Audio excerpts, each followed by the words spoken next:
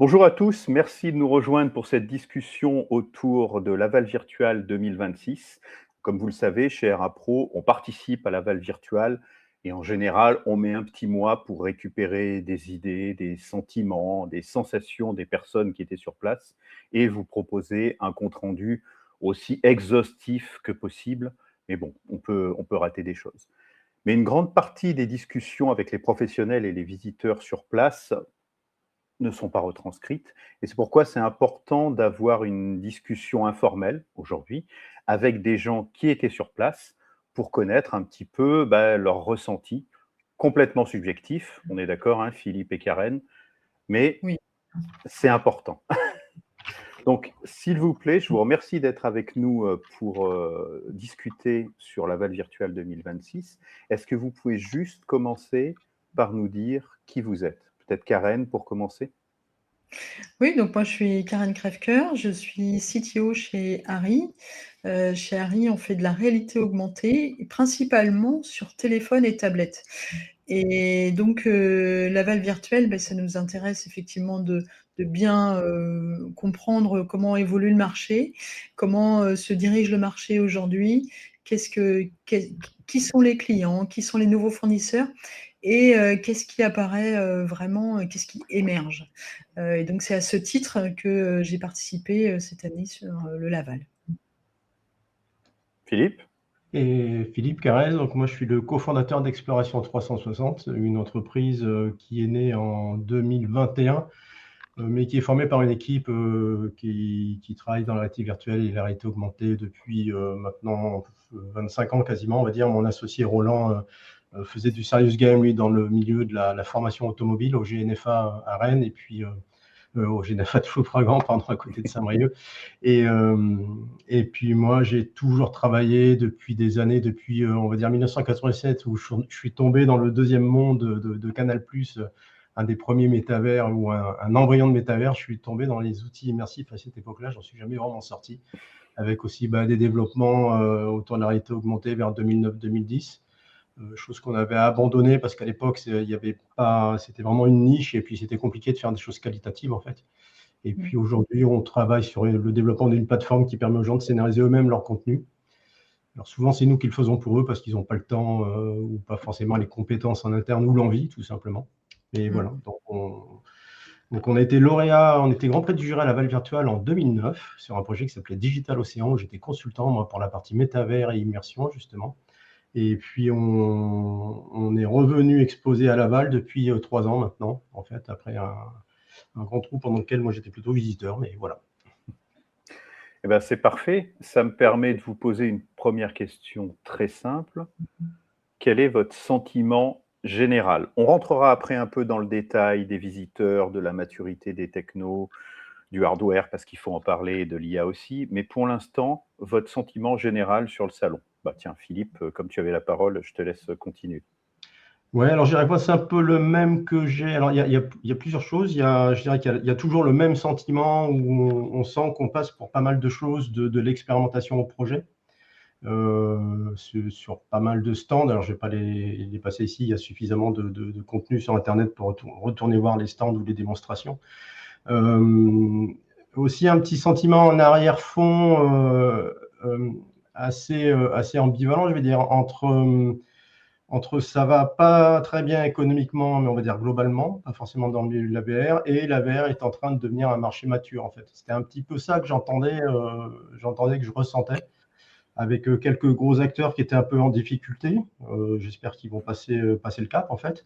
Mais cette espèce d'ambiance bizarre entre on arrive sur un marché mature et puis on est à bout de souffle parce que finalement le système économique international est un peu mis à mal depuis quelques années. Donc voilà un petit peu le sentiment que j'ai ressenti moi. Même question, Karen, ton sentiment général? Alors moi, effectivement, j'ai senti quelque chose de beaucoup plus mature, notamment par rapport à l'an dernier où il y avait, si on parle rapidement des solutions, des choses parfois très artisanales, on va dire. Aujourd'hui, on arrive à des choses qui semblent être vraiment plus industrielles, qui vont pouvoir rentrer effectivement sur des vrais marchés, sur des vrais verticaux. La difficulté, je rejoins Philippe, c'est on sent qu'économiquement, c'est compliqué. Moi, il y a quelque chose que j'ai vraiment noté, c'est une forte présence de l'international, encore plus fort que les autres années. J'ai fait les soirées et le Laval physique du jour. Et franchement, tout devient vraiment très international, mais international avec aussi de la clientèle internationale qui vient voir, qui vient regarder les solutions. Donc ça, j'ai trouvé vraiment que c'était différent. Après, on sent qu'il y a des choses qui devaient sortir, qui ne sont pas sorties, qui sont encore un peu embryonnaires. On espère effectivement un peu plus de stabilité. Moi, j'ai aussi vu des choses qui me semblaient peut-être un peu en phase d'arrêt, mais qui finalement ne l'étaient pas, comme tout ce qui est développement sur le casque Apple. J'ai vu des très belles choses, des très belles solutions qui peuvent finalement apporter à la VR un autre axe. Alors, c'est pas cheap, hein, c'est des solutions forcément voilà, qui sont onéreuses, mais qui apportent une très, très belle qualité.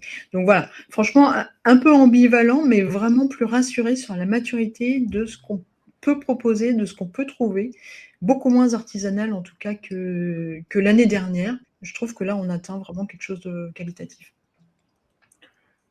Est-ce que quelque chose vous a particulièrement marqué? Un projet, un produit, un usage? Est-ce que quelque chose a retenu votre attention? S'il fallait en garder qu'un, c'est jamais facile, hein, dans les démonstrations, dans les produits, qu'est-ce qui a retenu votre attention? Je vais continuer. Moi, ce qui a retenu mon attention, et c'est surtout que je l'ai vu sur plusieurs stands, c'est la numérisation autrement des objets. Une partie de captation qui est différente, techniquement, technologiquement. On voit des solutions simples, alors qu'avant, on avait des solutions qui coûtaient des prix exorbitants, alors qui sont peut-être pas aussi qualitatives, encore que, mais surtout, on arrive à baisser cette partie-là au niveau usage. Et donc, on n'est plus dans un enfermement de numérisation d'objets, par exemple, dans le cadre de studios, dans le cadre de voilà, de personnes ou voilà, d'actions. Et pour ça, je pense que là, la technologie, elle évolue vraiment.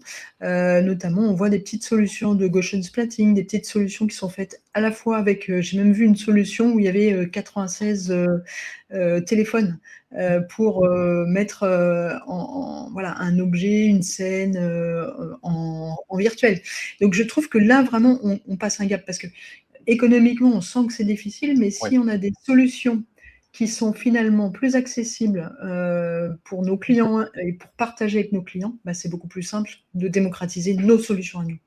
Voilà, ça m'a vraiment marqué, et ça, l'année dernière, je n'avais pas vu des solutions aussi matures. Elles ne sont pas encore finalisées, ou pour certaines sont en cours, mais vraiment aussi matures. Je trouve que là, on arrive vraiment à quelque chose de très bien. D'accord. Et toi, Philippe, est-ce que quelque chose a retenu ton attention? J'allais dire un peu la même chose. J'étais surpris qu'on parle autant de Gaussian splatting, par exemple. C'était un peu le mot tendance, j'ai l'impression. Alors, j'ai pas compté, mais en effet, maintenant que tu en parles, il y avait beaucoup de stands. Je dirais qu'il y en avait une bonne dizaine, à mon avis. Oui, je pense. Une bonne dizaine, et c'est vrai que c'est intéressant parce qu'un des gros problèmes qu'on a, nous, je parlais tout à l'heure des gens qui n'ont pas forcément la compétence, alors c'est pas d'utiliser notre plateforme, elle est simple à utiliser, c'est la compétence d'avoir les contenus à y intégrer dans la plateforme. Oui. Bien sûr. Avec ces solutions-là, on commence à avoir des choses qui vont rendre, quand on voit, tu parlais des smartphones, aujourd'hui il y en a 96, on commence à avoir des solutions qui sont assez incroyables. Là, on est en train de tester des choses en open source où tu prends juste une photo d'une pièce et tu es capable de ressortir les meubles de la pièce séparés un par un en modèle 3D avec une seule image. C'est ce qui est complètement délirant, en fait. Donc, un mix entre toutes ces technologies, plus de l'IA, etc. Et c'est vrai que de voir qu'on arrive à rendre sur des scans, des transparences, des reflets dans les cheveux, enfin des choses qu'on n'avait pas du tout il y a très peu de temps. C'était impossible. Enfin... je trouve que c'est absolument incroyable. Et on commence à voir des Gaussian splatting, enfin des choses, du scan animé, en fait. Oui. Ce qu'on n'avait pas. Donc, ça va peut-être remplacer tout ce qui est vidéo volumétrique, qui était déjà pas mal, mais je pense qu'on franchit en effet un cap là avec la facilité d'acquisition. Ou en tout cas, plus Ouais. ça va, moins ce sera mis dans la main de techniciens, cette partie-là, en fait. Moi, je Et me puis le souviens process sera plus court en fait. Enfin, moi, c'est un petit peu ce que j'espère, c'est que le process soit plus court. Alors après, qu'il y ait des experts, bien sûr, enfin, on en a besoin et c'est normal. Mais si le process est plus court, ça permet aussi de rassurer les clients, nos clients, et de les embarquer beaucoup plus rapidement sur plus de contenu et non pas juste, une expérience, 2 expériences. Mmh. Et ça, j'ai vraiment trouvé quelque chose de changeant. Aussi, il y a aussi j'ai vu aussi des stands de plateformes d'IA et pour les tester, les utiliser, c'est vraiment très, très performant. Donc, comme tu dis, Philippe, tout mélanger, je pense qu'on arrive à faire quelque chose de beaucoup plus rapide que, on n'est plus à l'heure des projets sur, 3 ans, quoi. Enfin, Ouais, non, c'est c'est clair, fini. ouais. Plus rapide. Et alors, quand je parle, que ce soit clair, hein, quand je parle de plus facile d'accès sans technicien, c'est moi, dans la logique dans laquelle on travaille, nous, c'est quand on a remis le projet à un client, moi, ce que j'espère de ces outils-là, c'est que si le client a envie de changer quelque chose dedans, un petit détail, il ne fasse plus appel à nous, parce que c'est toujours embêtant pour tout le monde, parce que pour nous, ça nous fait sortir de projet pour faire des choses. Il faut reprendre souvent des développements. Quand on prend les développements, ça va vite coûter cher pour finalement peu au final au rendu. Et il y a souvent, je trouve, un décalage entre le montant de la facture et puis le travail perçu par le client, parce que Mmh. si je décale 10 ans en arrière, quand il fallait changer une photo dans une expérience de réalité virtuelle, il fallait recompiler une application dans Unity. Enfin bon, Oui. j'exagère à peine, hein, mais Ouais, mais c'est vrai, ouais, bien sûr. l'application, il fallait la recompiler et puis la republier, faire un exécutable et renvoyer l'exécutable, en fait. Et puis on disait, on a changé la photo, ça vous fait 400 €. Enfin, Bah voilà, oui. c'est juste. Et là, moi, ce que j'espère, c'est que ces outils-là vont permettre d'avoir, je sais pas, par des API ou des plugins, enfin, dans les années à venir, la capacité à faire que le client, quand il a besoin d'un petit changement, il va pouvoir le faire lui-même sans avoir besoin de s'y connaître en 3D, en C'est ça. rendu, en texturage, etc., quoi. Et je pense qu'on tend vers ça, on tend clairement vers ça, hein. Alors, c'est intéressant parce que on a évoqué la maturité. Je voudrais justement qu'on creuse un peu cette partie de maturité et sur 2 axes différents. D'abord, le public que tu as reçu, toi, hein, Philippe, sur ton stand, et puis, comme tu as dit, Karen, les solutions proposées. En commençant par le public, Philippe, comment tu juges la maturité du public cette année? Plutôt mature aussi, je dirais. Alors, nous, on croise rarement à Laval Virtual des clients. On fait pas vraiment de prospects là-bas. J'aurais tendance à dire que c'est plutôt en discutant avec les collègues et les autres métiers qu'on va lancer des projets ou des partenariats, des choses comme ça. On a des gens curieux. Alors, on a des responsables formation d'entreprise. Il y a vraiment un spectre qui est super large. Par contre, ce qui est certain, c'est que euh, les gens sont aussi matures, enfin, ils connaissent les technologies, ils commencent à avoir des idées aussi, ils viennent avec des envies de choses à bouger dans leur entreprise. C'est-à-dire que ce qui change aussi, c'est le fait qu'on n'utilise plus, j'ai écrit un truc il n'y a pas longtemps, là, d'ailleurs, sur notre site internet, c'est faire une visite virtuelle, c'est super, mettre un casque pour relaxer des gens à l'hôpital, c'est super pour les soins, etc. Il y a des super outils. Mais ce que moi je faisais le parallèle, c'est comme mettre un GPS dans une voiture, mais sans changer de chemin, sans changer de parcours et sans vraiment utiliser la puissance du GPS pour te guider et puis adapter ton parcours en temps réel, en fait. Donc tu vas rouler un peu plus confort, mais finalement tu changes pas le voyage, quoi. Tu vois. Et en fait, ce qui se passe aujourd'hui, c'est que les gens commencent à venir chercher la techno pour faire un pas de côté sur leur manière de fonctionner en interne, pour changer les process en interne, tu vois, et pas D'accord. pour venir ajouter une couche. Je sais pas, ouais, alors j'ai une vidéo de promo de mon entreprise, j'aimerais la passer en VR parce que sur les salons, ça fait sympa. Enfin voilà, toi, il y a vraiment, j'ai ressenti ça, moi, cette volonté de qu'est-ce que je pourrais faire de différent aujourd'hui avec ces outils que je fais aujourd'hui, en fait. Mais ça veut dire que les gens connaissent la XR globalement, connaissent globalement les technologies et les usages, ou sont plutôt novices, on va dire, mais cherchent en gros une solution? Moi, je dirais qu'à Laval, les gens que j'ai croisés, ils connaissent, enfin, même s'ils ne connaissent pas les détails, s'ils ne sont pas forcément super techniciens, ils connaissent et ils viennent, je pense, voir, c'est aussi vrai qu'à Laval, on voit le top de ce qui se fait. Enfin, tous les gens sont là, tous les acteurs sont là, quoi. Donc, alors, il en manquait hein, dans le matériel, par exemple, mais non, je pense. Enfin, en tout cas, les gens que j'ai croisés, moi, ils avaient des questions. Ils savaient de quoi ils parlaient, quoi. À la D'accord. différence où on va faire un salon plus vertical, on va aller, je sais pas, sur un salon du bâtiment, par exemple. Les gens sont souvent perdus dans les solutions qu'on propose. Ils font pas la différence entre du scan, du scan de la Ouais. 3D, de la photo 360. Pour eux, c'est une espèce de nébuleuse, en fait. Ouais. Et sur la maturité, Karine, j'ai la même question pour les. Je vais prendre ta position de visiteur, Oui. mais bien informé. Comment tu juges, toi, les solutions que tu as découvertes en termes de maturité technologique? C'est-à-dire à la fois de la maturité de la XR en elle-même, hein, les technologies qu'on utilise, et puis aussi, quand on parle d'entreprise, la robustesse suffisante pour intégrer un SI d'entreprise. Comment tu vois ça? En fait, déjà, on a l'opportunité de faire beaucoup, beaucoup de tests à Laval et ça permet aussi, de pas avoir juste une plaquette marketing sur un site parce que, clairement, aujourd'hui, en 15 minutes, tu fais un site, tu vends, peut-être quelque chose. En tout cas, tu vends quelque chose, quoi derrière, on ne sait pas. L'opportunité de Laval, à mon sens, c'est vraiment de pouvoir tester des vraies solutions et l'année dernière et il y a 2 ans, j'avais testé des choses qui étaient pour moi pas abouties, enfin, en tout cas, globalement, peu abouties, qui, soit, en échec, soit finissaient pas un parcours, soit étaient décalées. Enfin, des choses où, on sent que, il faut encore travailler, encore en POC, on peut pas industrialiser ou alors on peut pas répéter. C'est-à-dire qu'on a un POC super joli, très bien, et quand on échange, ah bah oui, mais non, ça ne fonctionne que dans ce domaine, que dans ce domaine, que dans ce domaine. Et ça, je trouvais que c'était encore un peu frustrant. Ou alors là, on a encore bien sûr des spécificités de device, ce qui fait que tu es sur tel et tel device et tu peux pas changer. Donc ça, je trouve que ça a beaucoup évolué. On voit aussi des entreprises qui ont disparu par rapport à ce qu'on a vu quelques années, d'autres qu'on revoit régulièrement et là, on les sent matures. Et là, on teste quelque chose, on découvre. Je pense à par exemple une expérience où c'est en VR et on est attaché debout et on visite au-dessus.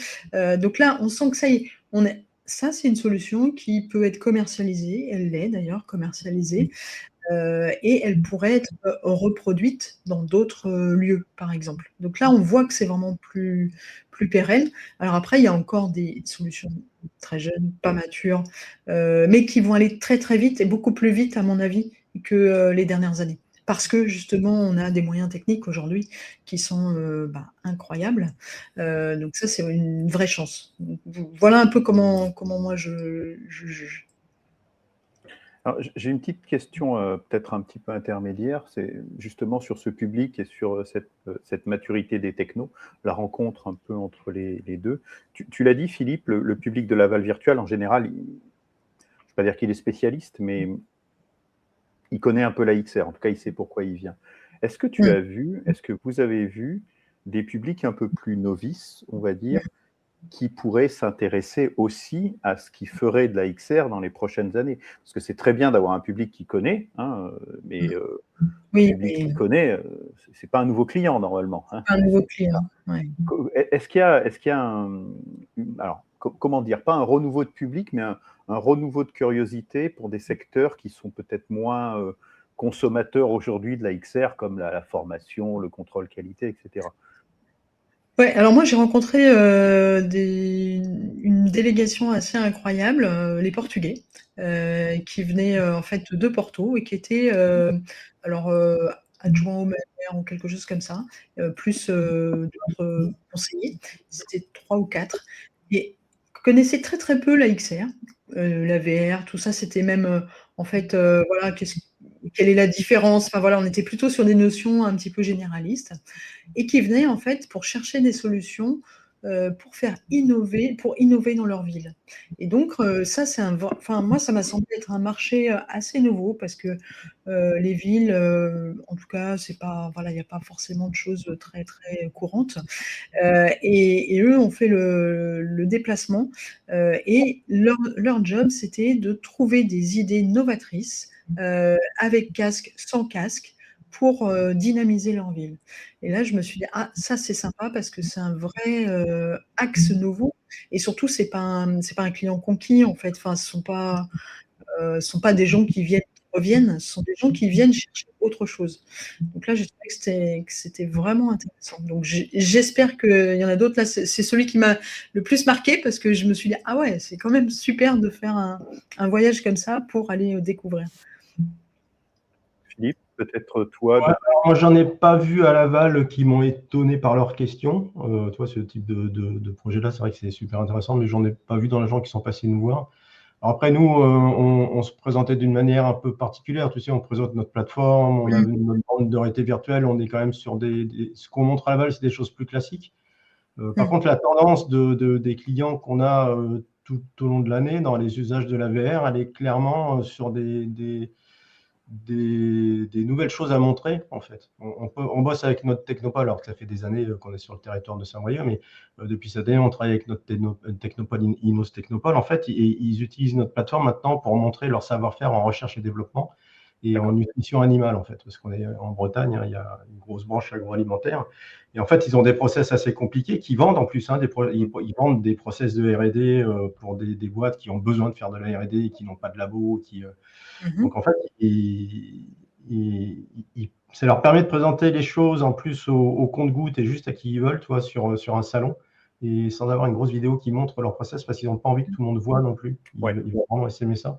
Et toi, c'est une nouvelle manière, et c'est pareil, des gens qui ont compris que la réalité virtuelle avait cette capacité finalement à mettre des œillères, mais on va utiliser ce côté œillère justement pour essaimer, tu vois, à qui on veut uniquement, quoi. Oui, ça fait un bon usage vraiment très intéressant et presque niche d'une utilisation qu'on connaissait déjà. Oui, tu vois, on a travaillé aussi. Alors pareil, on a fait pas mal de projets agroalimentaires cette année, en fait, parce que là on a amené l'autre, parce que tu sais, les gens parlent bouche-oreille après. Et on a un des plus gros centres d'abattage de porcs d'Europe, en fait, ici, nous, sur Lamballe, en fait, là, une petite ville juste à côté. Hein, ils abattent 10 000 porcs par jour. Il faut imaginer l'industrie que c'est juste incroyable. Et en fait, pour fêter leurs 60 ans, en fait, ils réalisent plusieurs choses, en fait, mais ils font une vidéo pour montrer, en fait, toute la chaîne de production complètement transparente, en fait, de l'élevage, en passant par les abattoirs, on a même filmé Albi dans les magasins qui vendent du jambon, par exemple, et pour montrer comment dans un système industriel comme ça, on arrive quand même à avoir des chemins. En fait, c'est des petits éleveurs, en fait, hein, qui rendent les 10 000 porcs par jour, c'est des centaines d'éleveurs, en fait. Et en fait, ils utilisent ça par souci de transparence pour leurs 60 ans, pour montrer leur industrie, et sans rien cacher. Je peux dire que j'ai filmé l'intérieur, c'est assez impressionnant. Après, on en pense. Et puis, au moins, les gens pourront discuter. On est d'accord, pas d'accord avec ce genre de système. Au moins, les gens pourront parler et discuter objectivement, parce que ça ne se visite pas. Ces usines-là, c'est très compliqué pour les visiter. Les gens pourront parler objectivement avec les vraies images de l'intérieur, en fait. Et à partir de là, on peut discuter d'un côté comme de l'autre, quel que soit le camp, sans avoir des fantasmes ou des délires. Voilà, ça se passe comme ça. Et puis maintenant, on en cause. Donc, il y a un côté intéressant sur la médiation, justement, sur ce type d'industrie. Et on fait beaucoup ça aussi avec ceux. Après, je ferme la parenthèse parce qu'on ne parle plus trop de Laval, là, mais sur les usages, c'est intéressant de faire la médiation sur de l'urbanisme, par exemple, avec Suez, quand ils reprennent des usines, par exemple des stations d'épuration, des centres de tri de déchets, etc., qui vont s'agrandir. Ils utilisent aujourd'hui la VR pour présenter aux élus les projets, pour être à l'intérieur et comprendre comment ça va se passer, en fait. Donc, on a vraiment des usages, en fait. Ouais. C'est intéressant parce que... Ah pardon, vas-y, Karine. Dans les solutions aussi, ce qui m'a marqué, c'est que maintenant on peut, en tout cas, on peut échanger sur le côté écologique de la solution. Et avant, on n'en était pas là, mais on n'était pas là parce qu'on avait beaucoup d'autres choses à traiter, en fait, tout simplement. Et je pense que si on en arrive maintenant à cette éco-responsabilité, que ce soit casque, que ce soit solution, que ce soit source de données, etc., ça veut peut-être dire aussi que le marché, ou en tout cas les solutions, sont quand même plus matures. Et il y a des systèmes maintenant qui permettent, pour la réalité augmentée, de le mesurer, etc. Il y a pas mal d'études qui sont en cours. Et donc, ça aussi, c'est une tendance qui me fait croire qu'on arrive maintenant au bout du chemin de, voilà, on a des solutions, on peut les industrialiser, on a de l'IA qui nous aide à aller plus vite, qui nous permet de matérialiser des éléments plus rapidement, plus facilement. Ça permet de démocratiser avec nos clients. Et je pense que ça, c'est aussi un vrai feu vert. Alors, on va revenir aussi à quelque chose d'un peu plus terre à terre, mais qui est important, puisque vous l'avez dit, hein, les expériences, si elles se développent, il faut du matériel pour que les gens puissent vivre les expériences. À Laval Virtual, il y avait du matériel, du hardware, des casques, des lunettes et des choses comme ça. J'aimerais avoir votre sentiment sur ce que vous avez vu au niveau matériel. Disons, casque et lunettes. Qu'est-ce qui vous en reste? Qu'est-ce que vous en pensez? Qui veut commencer? Écoute, je peux, si tu veux, sur l'art. Moi, j'ai pas eu beaucoup de temps d'essayer de matériel. Roland, mon associé, l'a fait, lui. Il était un peu déçu d'ailleurs par le nouveau Samsung. En fait, il trouvait qu'il était un peu léger. Il faisait un peu cheap en fait par rapport aux effets d'annonce qu'on a vus. Il y a ce côté. Alors, il y a le côté où on a l'impression, mais ça, c'est une conséquence logique. On parlait tout à l'heure de la situation économique, le côté où on voit que Meta annonce des hausses de prix, des choses comme ça. Donc, il y a ce côté-là. Moi, je ressens pas d'évolution. Alors, c'est mon ressenti, hein, mais d'évolution délirante non plus dans les casques. Alors, il y a toujours des meilleures fonctionnalités, il y a des meilleures lentilles, etc. Mais finalement, on n'a plus les gaps qu'on a pu avoir il y a quelques années où il y avait vraiment des paliers qui étaient franchis chaque année. Là, j'ai plus l'impression qu'on est dans une sorte de creux entre des casques où on a l'Apple Vision Pro avec des super caméras, des super résolutions, etc., mais qui coûtent encore trop cher. Et puis des choses qui restent un peu les mêmes modèles depuis quelques années. Et puis cette espèce de passage des industriels aux lunettes, en espérant alléger les dispositifs, etc. Mais du coup, avec les lunettes, on vient, c'est pas le même usage. En fait, peut-être plus pour toi, Karen, peut-être, encore que. Mais nous, en tout cas, pour notre partie à nous, alors ça pourrait faire un cas d'usage qu'on avait testé, nous, à l'époque des Google Glass, c'était de faire tout simplement un audio guide qui se déclenche avec l'environnement. Parce que l'avantage des lunettes, c'est qu'elles sont capables de comprendre leur environnement. Donc, elles savent qu'elles sont devant telle photo, dans telle pièce. Donc, l'idée en musée, par exemple, d'avoir des lunettes qu'on pourrait prêter pour aller à la fois augmenter pour celles qui ont des écrans et puis même tout simplement faire un audio guide qui te laisse les mains libres, qui est capable, où tu n'as pas besoin d'appuyer sur un bouton, tu vois, d'appuyer sur le numéro 15 et puis te rendre compte que tu t'es trompé, tu as fait 16, que tu écoutes un tableau, que c'était pas le bon, tu te rends compte au milieu, enfin, toi, donc ça, je trouverais ça top, mais je trouve qu'on est pour le matériel un peu en entre-deux où les lunettes sont pas encore assez puissantes et ergonomiques. Et puis toujours un peu côté des fabricants de matériel, je trouve que on ne nous facilite pas beaucoup la tâche, nous développeurs, pour que ce soit facile à. Nous, notre credo, c'est que nos clients, quand ils appuient sur le bouton, ça démarre dans l'application qu'on veut et ça fait rien d'autre en fait. Et ça, par exemple, c'est pas possible chez Meta. Par exemple, c'est toujours pas possible. Enfin, j'aurais même temps de faire, c'est de moins en moins possible. Et en fait, je trouve que quelqu'un qui a 40 casques à déployer pour une formation, il peut juste pas lancer l'application un par un dans les casques. Alors, il y a des solutions, il y a des arboricères et des choses comme ça, mais c'est quand même un peu des usines à gaz pour gérer les applications, les contenus installés, etc. Alors, nous, on a des solutions de contournement qu'on utilise, qui font qu'on a juste le bouton Power à utiliser, mais on aimerait bien qu'on ne se tape pas 90% du boulot, quoi. Que ce soit natif, ça me paraîtrait logique que ce soit natif, quoi. C'est ça qui me déçoit un peu dans le matériel. Ce qui me déçoit le plus, c'est la partie soft qui serait censée accompagner ce matériel, en fait. D'accord. Karen, même question. Qu'est-ce que tu en penses, toi, du matériel que tu as vu J'ai un peu le même sentiment. J'ai le même sentiment que Philippe. Je trouve que peut-être techniquement, on a quelques petites choses en plus, des lentilles, etc. Très bien, parfait. Au niveau soft, c'est pas top. Mais après, ça va peut-être venir, mais je suis pas sûre. Enfin, j'ai un doute, en fait. Ouais, ce qui est quand même intéressant, enfin, je me permets de préciser la question, c'est qu'au final, le sentiment sur cette édition de Laval Virtual, c'est qu'on n'avait guère progressé par rapport à l'édition 2025. J'entends au niveau des casques. Au niveau des casques. Oui. Entre-temps, on a eu des annonces un et puis, peu... il y a plein de lunettes qui, je trouve, ont chacune des petits avantages. Vous en avez vu beaucoup des lunettes sur le salon? Alors, il y avait Arvicom qui avait vraiment un stand spécifique Ouais, et fait moi, leur métier, mais alors, les je autres... n'ai pas essayé, mais j'avais vu le stand de InnoVR, en fait, qui avait quand même pas mal de choses. Puis après, alors oui, alors tu as raison, parce que je confonds celle que j'essaye moi et celle que j'ai vue à Laval. Mais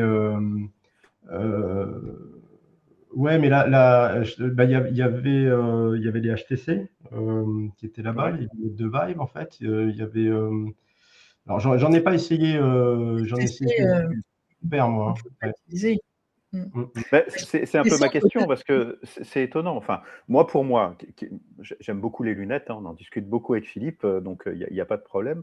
Je suis un peu déçu d'avoir si peu de modèles en conditions réelles. Qu'on me montre des lunettes et qu'on me fasse voir un chat qui tourne, c'est génial, mais qu'on puisse, à la rigueur, quand il y a un écran, voir une plomberie ou avoir un manuel ou faire, comme tu le dis, Philippe, un premier visio-guide, un truc très simple. J'ai trouvé que les offres étaient assez pauvres, en fait. Alors, pourquoi? C'est peut-être une question pour vous deux.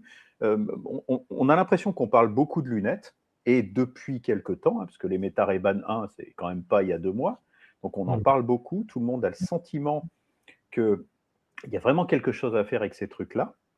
D'ailleurs, tous les constructeurs de casques, plus ou moins, ont le même sentiment, puisque j'ai l'impression que tout le monde essaye de faire des lunettes.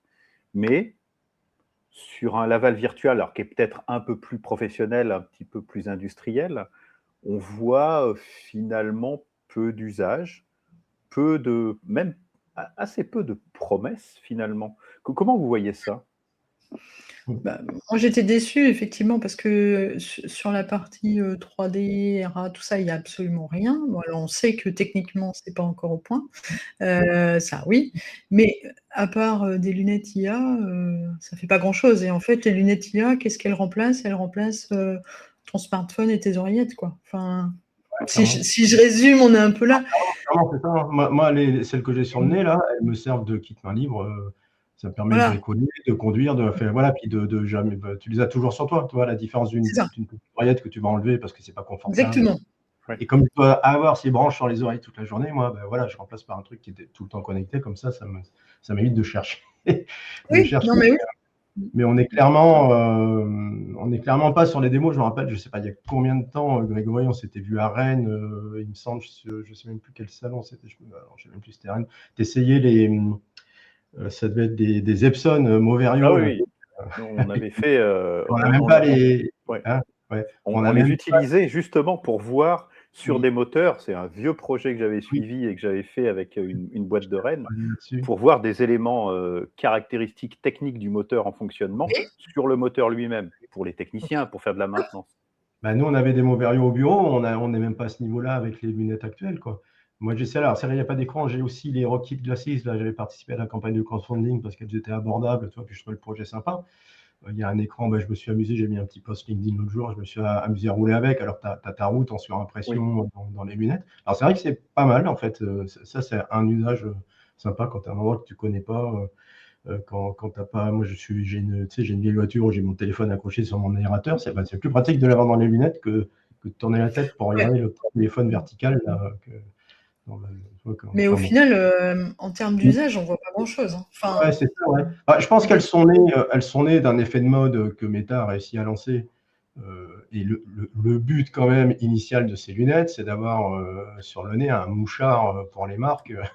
Enfin, le Meta, son objectif, c'est connaître les habitudes, ce que regardent les gens, et puis et leur donner un accès direct à leur WhatsApp ou à leur Facebook. Excellent, pour entraîner des LLM, on est d'accord, ou des word models.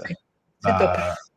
Ouais, là tu as un accès direct, en marketing, tu as un accès direct à ce que regardent les gens. Enfin, toi, et c'est intéressant parce que c'est ça qui pourrait, selon vous, parce que quand on dit ça et qu'on transpose sur un peu le public et les exposants de Laval, qui sont quand même plutôt industriels, tout de suite, il y a un petit problème. Enfin, je mets sur un site industriel des lunettes avec des caméras pour entraîner le modèle de machin.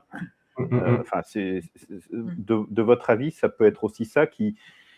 une des causes qui fait qu'au final, les utilisateurs comme les exposants sont plutôt frileux, on va pas dire, allez, prudents sur ces utilisations-là? Ouais, je pense qu'elles sont. Alors déjà, je pense qu'elles sont pas assez puissantes. Avec les casques, on est monté en Ouais, puissance, ouais, on peut je faire pense des choses, on peut faire de la 3D dans les casques, alors même si on n'est pas au niveau d'un ordinateur avec un backpack pour des expériences culturelles, par exemple. Mmh. Mais les lunettes, elles sont vraiment, c'est cheap en fait. Oui.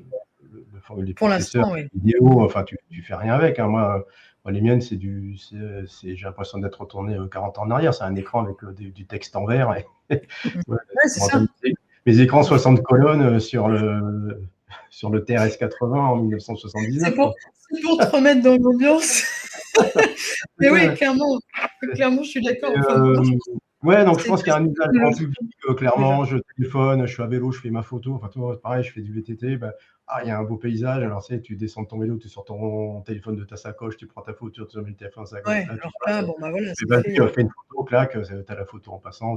Mais c'est anecdotique, quoi. Toi, c'est Oui, c'est du très gadget. casual comme Ouais, utilisation. moi, je les utilise, c'est du gadget, clairement. Enfin, toi, c'est un petit gadget amusant parce que je suis geek, mais j'ai conseillé à personne dans mon entourage de les acheter, sauf si ça les amuse, quoi. Toi, Ouais, c'est ça. il n'y a personne à qui j'ai dit, c'est trop génial, il faut que tu aies ça au quotidien. Enfin, toi, c'est sympa, mais voilà, quoi. Après, nous, on va expérimenter. Alors, on va plutôt bosser avec des Pico 4 ultra entreprises, nous, sur du culturel, en fait. Là, on a un projet en cours. En fait, on va rajouter une branche dans notre plateforme de XR. En fait, aujourd'hui, elle fait que de la VR, notre plateforme. Ouais. Et là, on va rajouter une branche pour spatialiser les objets, en fait, directement, en fait. Donc ça, on va dire plutôt, alors les spatialiser et puis pas au millimètre près. Donc on n'est pas sur, comme tu disais tout à l'heure, observer des phénomènes dans un moteur en temps réel. Donc on va être plutôt sur, par exemple, du culturel, de la muséographie, quoi. Tu vois, j'ai une pièce, j'ai besoin de mettre un tableau. Bon, le tableau, s'il y a 1 centimètre plus à droite ou plus à gauche, ce ne sera pas très grave. Ou des objets dans une pièce, tu vois, des objets intérieurs dans une pièce. On va utiliser des Pico 4 Ultra entreprises parce que c'est le plus pratique pour ça aujourd'hui, le meilleur rapport qualité-prix. Puis les clients pas trop payés, 10 Apple Vision Pro, enfin, tu vois, et clairement, on aimerait bien qu'il y ait des lunettes qui permettent de faire ça. Parce que là, ce serait top, quoi. Tu mets tes lunettes comme au cinéma. Tu as les lunettes dans un bac à l'entrée, tu prends tes lunettes, tu les mets, tu ressors, tu les remets dans un bac. Mais on en est loin. Ouais, je pense qu'en fait, la conclusion qu'on peut avoir sur les lunettes, c'est qu'on est encore un peu, on va dire, sur des tests et du bricolage, comme on était avec les Oculus ou les choses comme ça, et que petit à petit, on va avoir un système plus robuste et peut-être un tout petit peu plus de contrôle aussi sur les flux de données qui passent par les lunettes, histoire de rassurer les RSSI d'entreprise sur leur utilisation. Mais justement, c'est intéressant parce que je voudrais conclure aussi cette discussion sur de la perspective de ce que vous avez vu à Laval, de votre sentiment du pouls de l'écosystème, à la fois de l'écosystème des professionnels, mais aussi des utilisateurs. Comment vous voyez les perspectives de la XR à relativement court terme, dans les 6-7 mois, on va dire fin 2026, début 2027? Qu'est-ce qui risque de se passer et comment les choses risquent d'évoluer? Qui veut commencer? Karen, tiens. Qu'est-ce que tu en penses, toi, de l'évolution à court terme? Alors, c'est une question un peu difficile. Pour juste finir sur les lunettes, et donc ça peut permettre de conclure. Moi, j'ai un petit espoir, mais je sais pas, j'ai pas lu les dernières annonces de Snap. Mais les Snap démocratisent en fait la réalité augmentée aussi. Et ça, c'est en fait chez les plus jeunes. Donc c'est assez intéressant.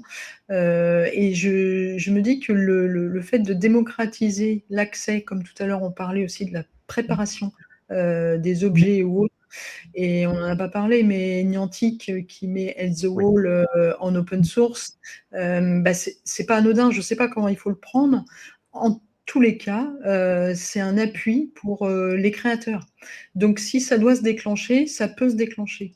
Et moi, j'ai quand même bon espoir que les lunettes viendront aussi, bien sûr, appuyer tout ce qu'on peut faire avec un téléphone, démocratiser certaines expériences qui sont finalement à la frontière entre une expérience avec casque qui peut être très intéressante parce qu'il y a un vrai sujet, un vrai besoin, d'une expérience sans casque qui est embarquée beaucoup plus rapidement avec, enfin, d'autres expériences. Donc, j'ai vraiment bon espoir. 6 mois, ça me paraît un peu court, clairement. J'ai plus confiance dans les annonces, peut-être janvier l'année prochaine aux États-Unis ou d'autres. Voilà, mais je pense que 6 mois, c'est encore court. Par contre, on voit plein de petites demandes qui émergent qu'on n'avait pas avant. Et donc, ça, c'est intéressant, je trouve. D'accord. Philippe, même question. Ouais, alors pareil sur 6 mois, c'est très très court. C'est le but, hein. Oui. Alors j'aurais tendance à pour revenir sur ce qu'on s'est dit au début, là, on parlait des outils de scan, peut-être une démocratisation, alors peut-être plus de 6 mois, mais quand même une démocratisation une accélération de tous les workflows de travail pour les professionnels, en fait, qui permettra de produire des exercices plus rapidement et peut-être même plus qualitatives, en fait. Mais on est toujours un peu bloqué sur les IA dans cet univers-là quand on travaille à partir d'images, par exemple. Aujourd'hui, on peut générer des images très bien en 16/9. Générer une image équirectangulaire avec le stitching qui va se faire proprement sur les côtés parce que gauche-droite, c'est l'arrière de l'image et dessus-dessous, il faut que ça matche parfaitement. Il n'y a pas beaucoup de gens qui le font et il y en a quasiment pas. Enfin, ça marche pas bien, quoi, en fait, pour le moment, en tout cas. Oui, pour le moment, ouais. Je pense que... Ça va venir, forcément. Donc, moi, ce que je pense, il y a cette espèce d'arbitrage entre les lunettes LIA et non pas les lunettes LXR. Pour moi, les lunettes, elles vont plutôt tendre vers des outils IA où on va pouvoir leur causer et puis elles vont pouvoir nous raconter des choses de plus en plus intelligentes. Plutôt, moi, je vois plutôt ça pour du tourisme, patrimoine, musée, etc. En tout cas, parce que c'est des outils grand public. Et puis après, sur la XR, je pense des outils qui vont se démocratiser, peut-être pour... les gens posent de plus en plus la question, dans nos clients, en tout cas sur les LBE, enfin les Location-Based Experience, avec mon very good English accent. Donc,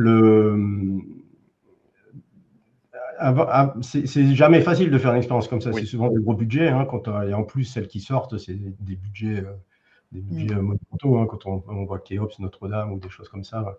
Donc, l'idée d'avoir des outils qui permettraient de faire des expériences LBE un peu plus cheap, plus rapides à produire, alors pas du niveau de Notre-Dame, mais qui pourraient servir quand même des petits musées qui n'ont pas le budget.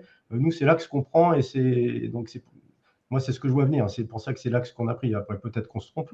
Toi, je te parle ma vision, elle est là. Et c'est pour ça qu'on a lancé, ce dont je parlais tout à l'heure, cette brique de réalité mixte, en fait, sur notre plateforme. Donc, alors, juste ma question, elle n'est pas innocente aussi, hein, parce que quand je parle de 6 mois, si c'est court, ce n'est pas uniquement la technologie, c'est aussi le public, c'est-à-dire les clients utilisateurs. Est-ce que le marché se développe ou pas, sachant qu'on reste un écosystème, enfin, soyons humbles, hein, en France ou même en Europe, l'écosystème XR reste relativement petit par rapport à d'autres écosystèmes numériques avec des entreprises relativement fragiles. Donc, pour vous la faire courte, si les clients disent on remet tout dans 6 mois, parce que ce n'est pas la période, c'est une hécatombe dans l'écosystème. Donc, ma question, elle est aussi là. Vous êtes plutôt confiant sur le développement de l'écosystème ou on reste dans quelque chose, comme disait Karen au début, on est un peu, on ne sait pas trop, quoi. Elle est bizarre cette année. Moi, je dirais on reste encore un peu dans du bizarre et dans du économiquement, c'est pas favorable, c'est clair. Économiquement, on voit que les nouveaux investissements, c'est compliqué. Et puis, on reste aussi sur des idées préconçues, sur des expériences qui peuvent être, comme tout à l'heure, Philippe disait, longues à mettre en place, difficiles à démarrer, non autonomes. Enfin, des choses en fait qui freinent l'acceptabilité alors qu'il y a plein de freins qui ont été levés. Mais ça, c'est pas encore dans l'esprit de nos clients. Donc, ils ont encore ça en fait. Et c'est normal, hein, ça va tellement vite que c'est absolument normal. Mais je pense qu'on subit ce genre de choses et on subit aussi le fait que la réalité augmentée, la réalité mixte, parfois ça avait une connotation cheap. D'expérience et du coup si on dégrade bien les clients trouvent ça et c'est normal, enfin, ça n'a plus le même sens. Donc ça voilà, moi je trouve qu'on est encore un peu mitigé.